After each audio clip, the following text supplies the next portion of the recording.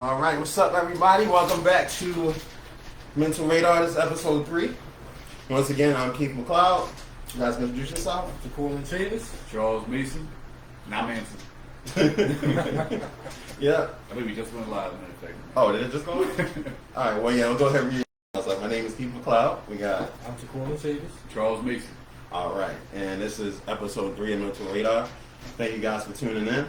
We got another amazing topic to talk about today. We're going to be talking about communication breakdowns. You know, I know that title isn't very glitzy and glamorous, but it's very important because all problems pretty much start with communication. Okay? Word. All right, so let's just go ahead and jump right into it. Can you help me out with this one real quick? Yeah, yep. On the, boom, boom, boom. All right.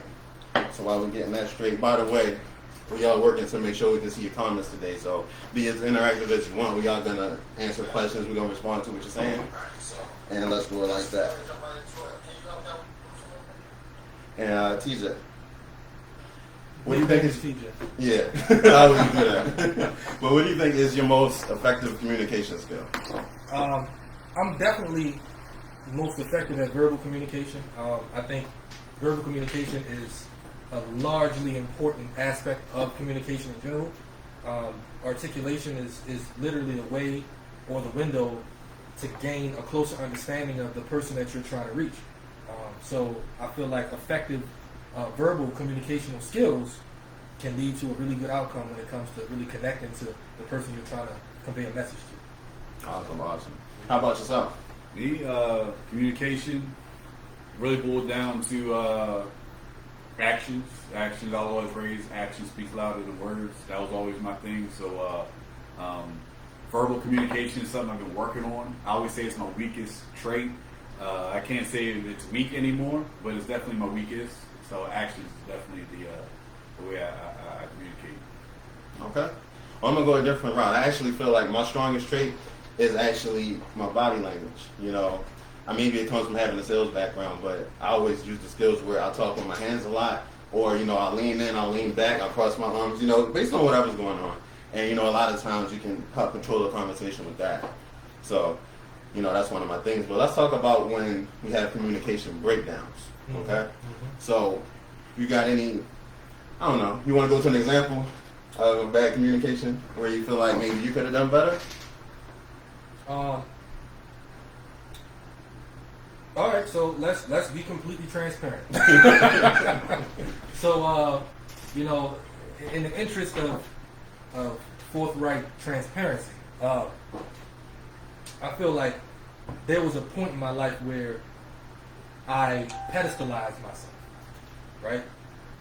I'm completely honest. Like, I felt like, you know, I was up here and, you know, like, it was crazy. I don't even understand why I even did that or why I was even in that frame of mind or that frame of mentality. But it was hard for me to communicate with people that I didn't feel like were on that same level. Okay. Right? And I had to check myself. I had to seriously check myself. Right. And that prevented a lot of understanding from being established, you know, in conversation. It was crazy, but yeah, I mean, it happened for a while, but I got it right, y'all. I ain't that way no more. What about yourself, Josh? Breakdown. I say young on. Anybody that knows me knows I was super shy, quiet, whatever you want to call it. I would sit back in the class and draw. That's the only thing you see. I might sell my pictures. I was really money driven, so if it was something I was able to get, I would then talk. I was motivated by that, but I wasn't really vocal. It took me a long time to become vocal people. It took me a long time to start talking to people. The breakdown there was just quietness, just silence. And I still find comfort in it. I still find comfort in that silence. I still find comfort not talking, just being alone with my thoughts. It makes sense to me. But to communicate is to share information. So if I'm not sharing information, I'm not communicating. If I'm quiet, I'm not communicating. If I'm not speaking or talking or performing those actions I was talking about earlier, I'm not communicating. So I have to learn to do that. Otherwise, my relationships are going to break. They're going to fall. They're not going to last. So I had to learn that myself. Yeah, absolutely. I can actually relate to both of you guys' stories, but I kind of want to touch on what you said because for me, I feel like that was the toxic part of it. Yeah. Like really not being mature enough to understand that I'm listening to understand. Exactly. You know what I mean? Like when you speak to people, you're having a communication. What's your goal? Your goal is to understand something, to get past something, to make something better or improve whatever the situation may be. Right. And for me personally, back in the day, I wasn't looking to improve it. I was looking to get my point across, and that's what it was. You know, I just wanted people to know how I felt. So, yeah, I could definitely relate to that. And for you too, when I was younger, like, I was really shy. You know, anybody that went to school with me, y'all probably know, like, I was always chilling. I was in the back of the classroom, not really talking to anybody. But, you know, like you said, I felt comfort in that. And for me, just coming out of my shell, it's been an amazing experience, and really understanding how to communicate with people that are qualified. That's a word that you're always going to hear me say. And that really want to communicate and want to work towards something. And, you know, that's what's common. You know, I was looking at the comments when I started the conversation earlier, and maturity was pretty much what was said. Like, the biggest breakdown is typically people not being mature enough to understand that concept. I got to touch on that, man. Okay. I feel like there are many different aspects of maturity, right? But maturity is vital, it's integral to effective and optimal communication. But one of the premier or one of the most impactful aspects of maturity that I feel like is important is emotional maturity. When it comes down to really trying to convey a message and articulate how you're feeling to someone, because that's really the breakdown of communication in many instances, is trying to convey a message about your feelings, right? And in order to do that, you have to have a functional level of emotional maturity. Exactly. If you cannot control your emotions, or you do not have a functional level of control over that, if you cannot control how your emotions move through your psyche and how you interpret, how you endure the initial impact, okay? Because that's honest. Sometimes you feel an emotion, and that initial impact of that emotion is heavy. You know, but you have to learn to control that, and you have to learn to work through that impact and, you know, come out the other side. So emotional maturity is very important, man. Yeah. You know, I mean, I got a couple more, but I mean, we was talking about that a little bit before the video, where I was saying how somebody can communicate something, somebody can say something to you, and it can sound like I'm real blunt. Like, y'all know me. I don't know how to come across any other way but blunt. That's the only way I can do it. But it might come across, no matter how blunt you think you are, no matter how direct you think you are, somebody else can receive it differently. Somebody else can receive it differently. You gotta be mature enough to understand that. You gotta be mature enough to know that even though I said it in my brain, I said it exactly how I felt. I said exactly what I meant. Somebody else might just flip it.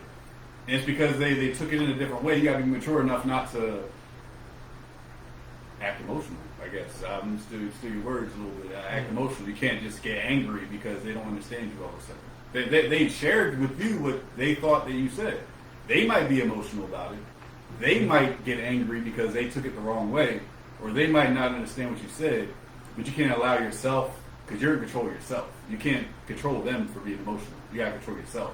So, I'm gonna go on the rant. So stop me. But yeah, I mean, like, yeah, if you just take a second and be like, okay, this person obviously doesn't know what I'm saying.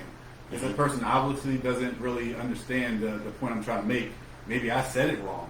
Put yourself under the bus. Understand yourself. Maybe you said it wrong. Maybe you said it a way that could be taken two different ways. And you weren't blunt like you thought you were. And really understand that, hey, this person just doesn't get it, and that's why they're angry.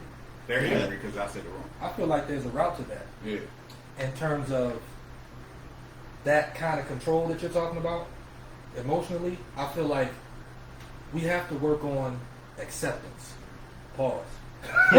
Not talking about acceptance in the form of just accepting anything that's done to you or anything that's said to you. That's not what I mean. Right. What I mean is we have to work on accepting the fact that the person that we're communicating with has a different background, has a different upbringing, has a different level of perspective and understanding as it pertains to the functionality of existence, right? And how they move through thought, how they move through life in general, right?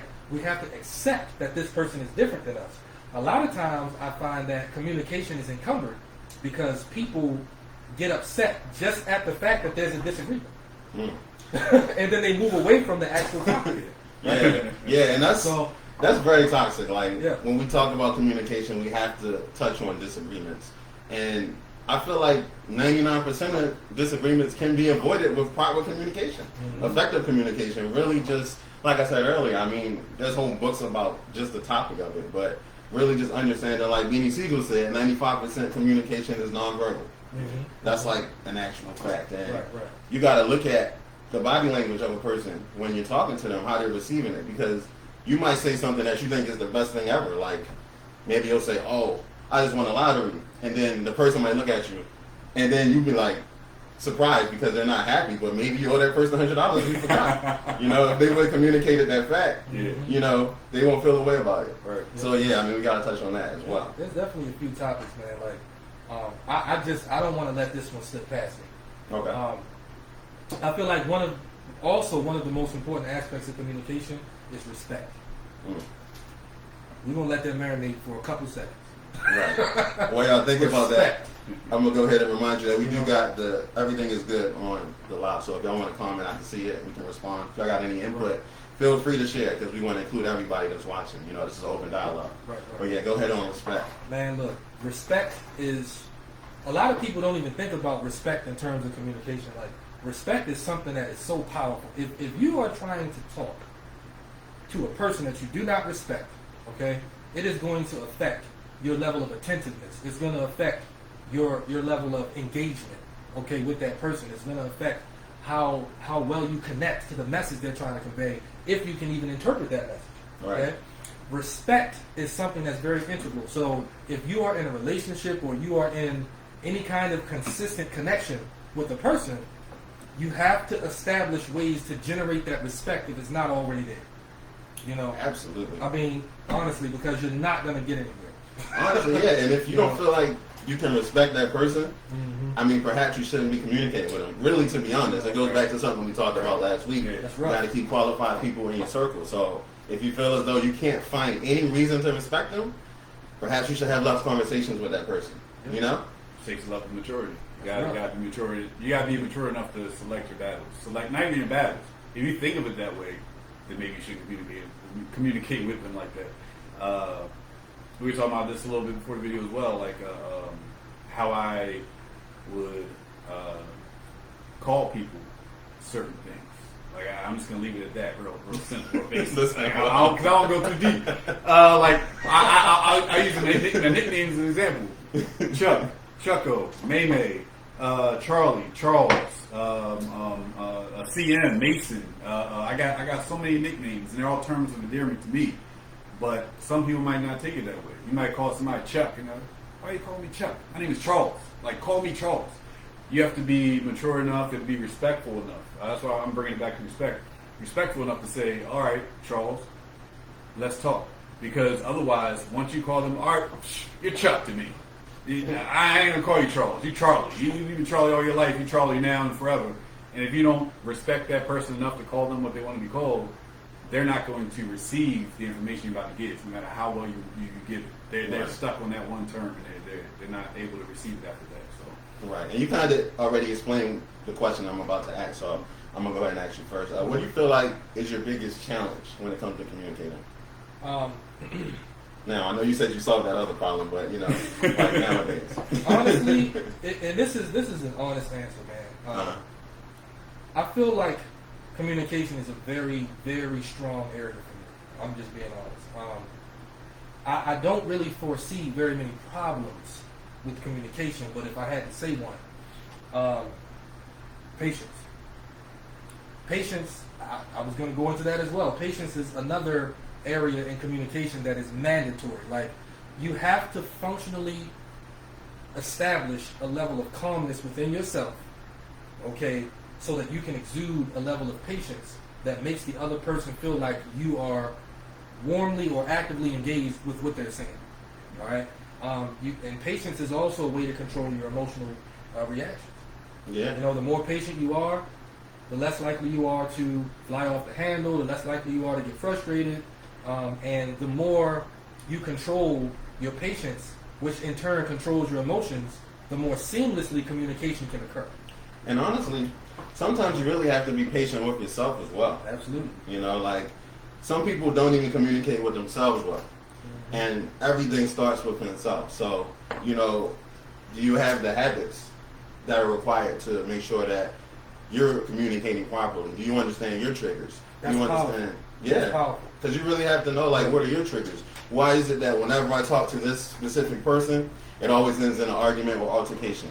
Why is it that when I talk to this person, it always goes well? And you got to look at yourself a lot of times, because one of my favorite quotes is you have to take 100% responsibility for your life.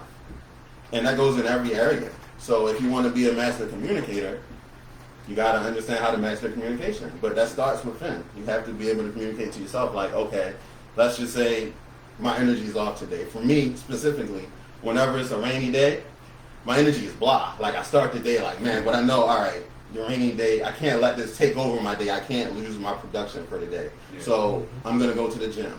I'm going to meditate. I'm going to listen to some picking up affirmations or whatever it is. Everybody's thing is different, but you know, you got to start with self when it comes to communication.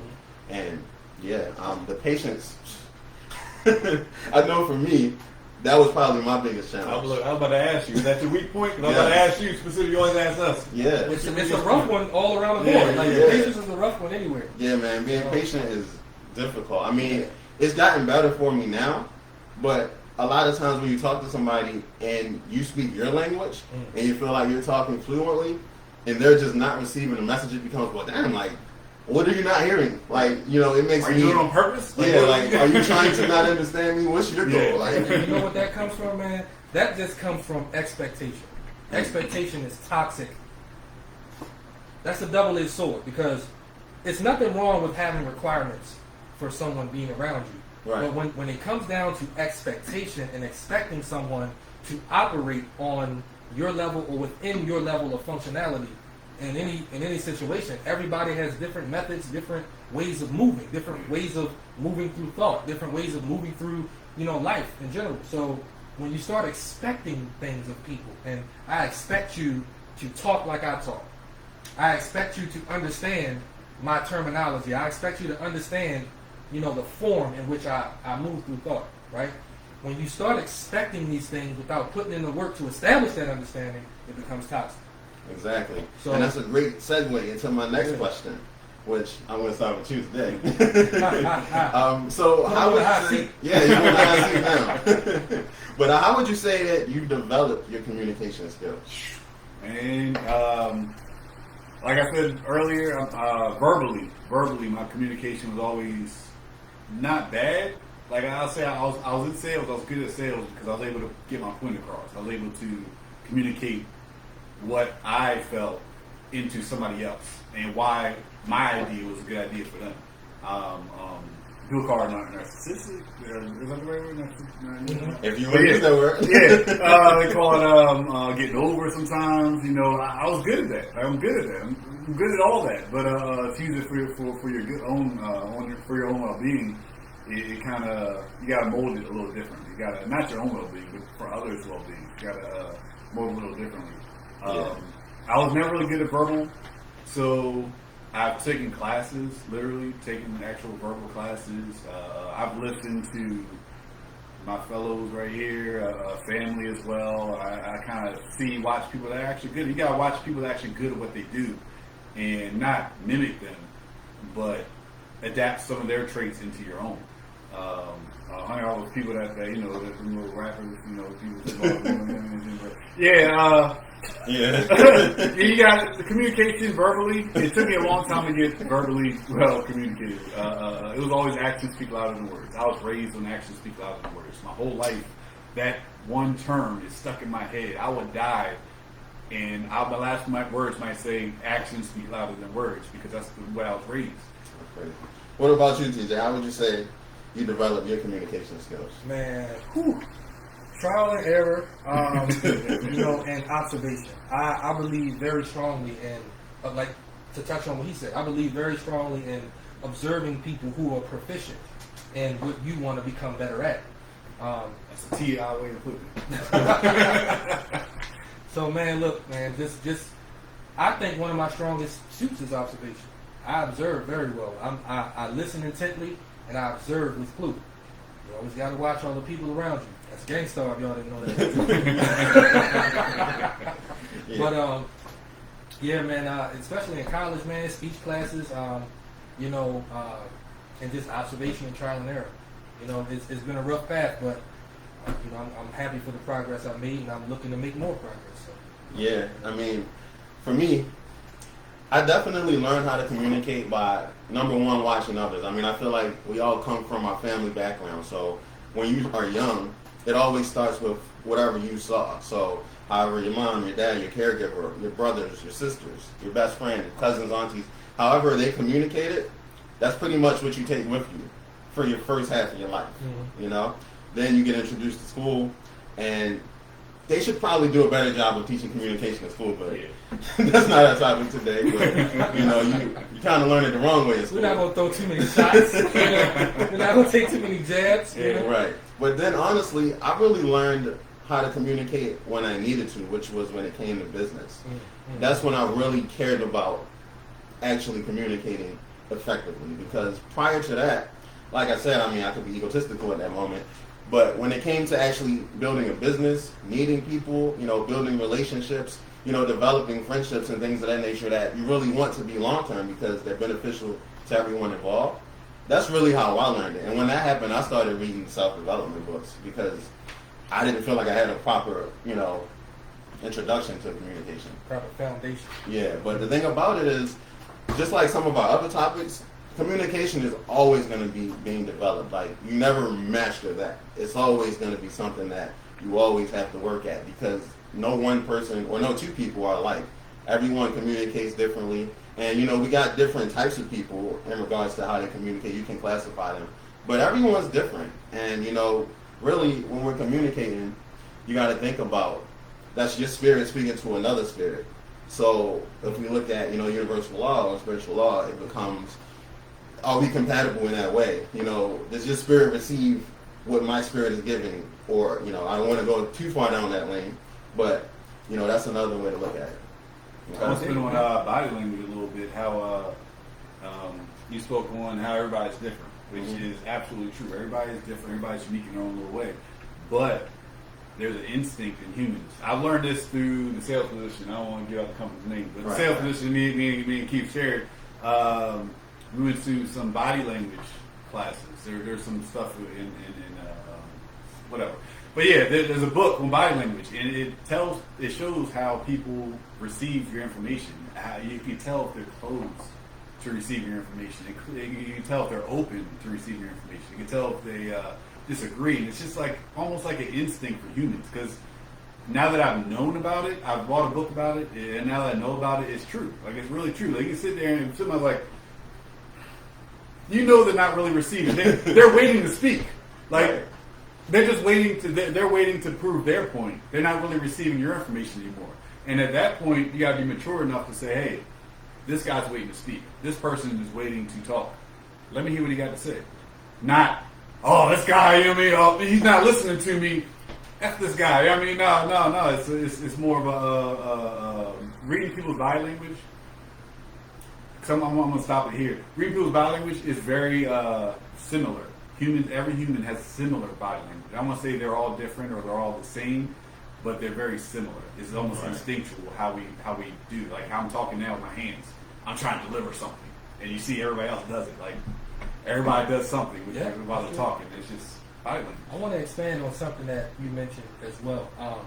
You mentioned waiting to respond, right? And in the topic of communication, I feel like one of the major aspects of communication in general is listening to understand versus listening to respond. Yeah. You know what I'm saying? Like, that's a debater's mentality, is to listen to respond. Right? That's not communication, you're debating at that point. Debating and communication is not the same. Because when you're debating, you're trying to establish a point. Right. You know, you're trying to establish your argument, and you're not necessarily listening to understand the other person. At all. Because you have an agenda now. You have an agenda that you're trying to fulfill in that exchange verbally.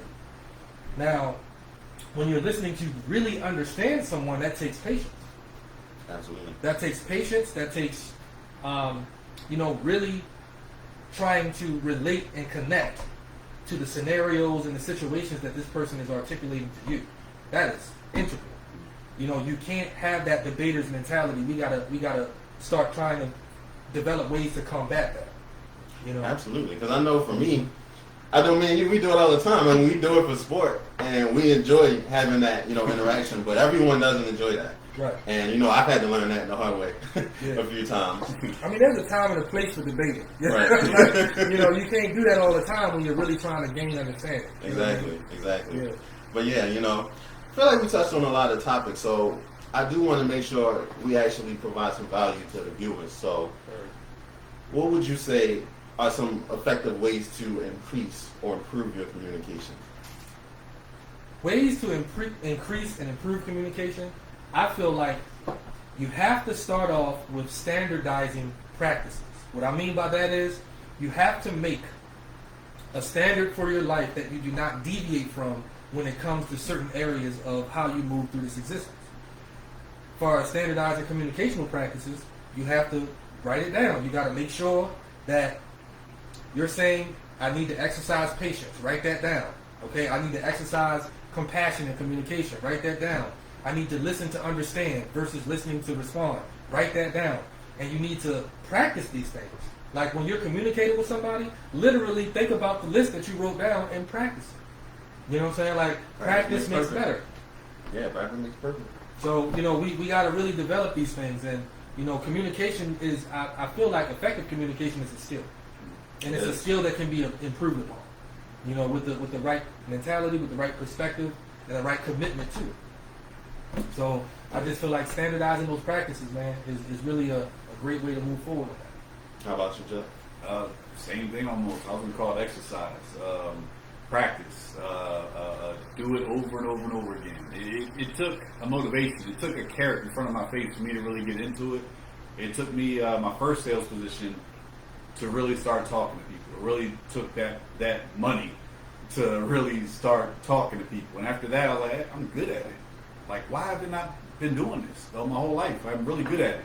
And knowing your weaknesses, knowing yourself, like stand in the mirror. And like, if you stand in the mirror and say you can't find a weakness in any attribute, like it could be communication or anything else, you're lying to yourself. So find that weakness. Find your not weakness. I say find your weakest. So even if you're strong in everything, there's something that's your weakest point. For me, it was the verbal part. I've been saying it over and over again in this video. My verbal skills were not the strongest. I'm challenging myself now by being on this video.